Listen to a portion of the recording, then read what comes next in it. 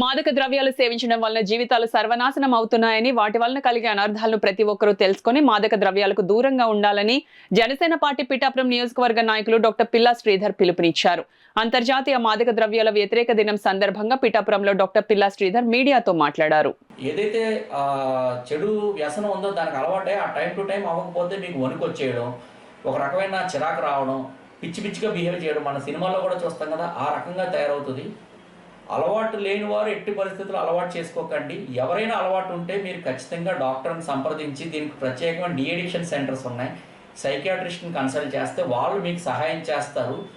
అదేవిధంగా మీకు ఇంకోటి, ఈ అలవాటు అయిన తర్వాత గవర్నమెంట్ కూడా అంత ఈజీగా ఊరుకోదు.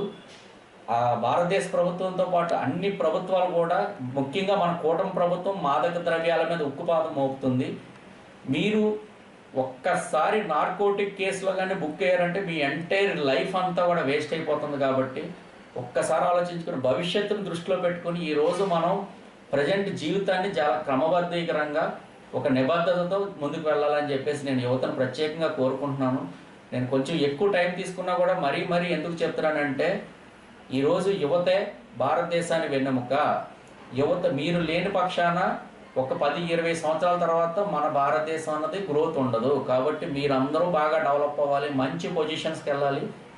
ఈ చెడు వ్యసనాలకి 100% దూరంగా ఉండాలి. మీతో పాటు ఒక 10 మందిని మీరు ఎడ్యుకేట్ చేయండి. దాని ద్వారా మీరు బాగుపడితే ఆటోమేటిక్గా ఆంధ్రప్రదేశ్ బాగుపడుతుంది, మన ప్రపంచం, భారతదేశం బాగుపడుతుంది, ప్రపంచం బాగుపడుతుంది. పిఠాపురంలో ప్రత్యేకంగా మన పవన్ కళ్యాణ్ గారి నేతృత్వం వస్తున్న నియోజకవర్గం. ఇక్కడ అసలు మన సిఐ శ్రీనివాస్ గారు, ఎస్ఐ గారు, మొత్తం మన ముగ్గురు ఎస్ఐలు కూడా చాలా స్ట్రిక్ట్గా ఉన్నారు. ఇటువంటి చెడు పనులు చేసి మీరు ఎవరు కూడా పెద్దవారు రికమెండేషన్ కూడా చేయకండి. ఎవరు రికమెండేషన్ చేయించుకున్నా కూడా వారు వదిలే ప్రసక్తి లేదు. మన పిఠాపురం పోలీస్ సిబ్బంది కూడా చాలా ఉక్కుపాదం పెడతా నేను గమనిస్తూ ఉన్నాను చాలాసార్లు. ఎక్కడికక్కడ వాళ్ళు కాస్త చూస్తూ ఉన్నారు, యువతను ఎప్పటికప్పుడు స్క్రీన్ చేస్తూ ఉన్నారు. ఎవరో చూడట్లేదని మీరు అనుకుంటారు, కానీ ఇప్పుడు ఇది డిజిటల్ యుగం.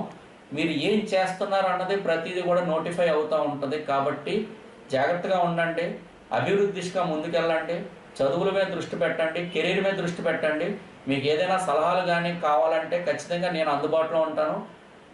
హెల్త్ రిలేటెడ్గా కానీ ఏదైనా అనుకోకుండా మీరు తప్పు జరిగి ఉంటే ఈ రిలేటెడ్గా మీరు నన్ను వచ్చి పర్సనల్గా కలవండి. మీకు నేను ఏ విధంగా సలహా ఇవ్వడానికి నేను ఎప్పుడు సిద్ధంగా ఉంటానని చెప్పి తెలియజేసుకుంటూ, మరొకసారి మనం త్వరలో పిఠాపురం, ఆంధ్రప్రదేశ్, భారతదేశం అంతా కూడా మాదక ద్రవ్యం అన్నదే అలా ఇటువంటి ఒక పదం కూడా మనం ఎవడో వినకూడదని చెప్పేసి నేను మనస్ఫూర్తిగా కోరుకుంటూ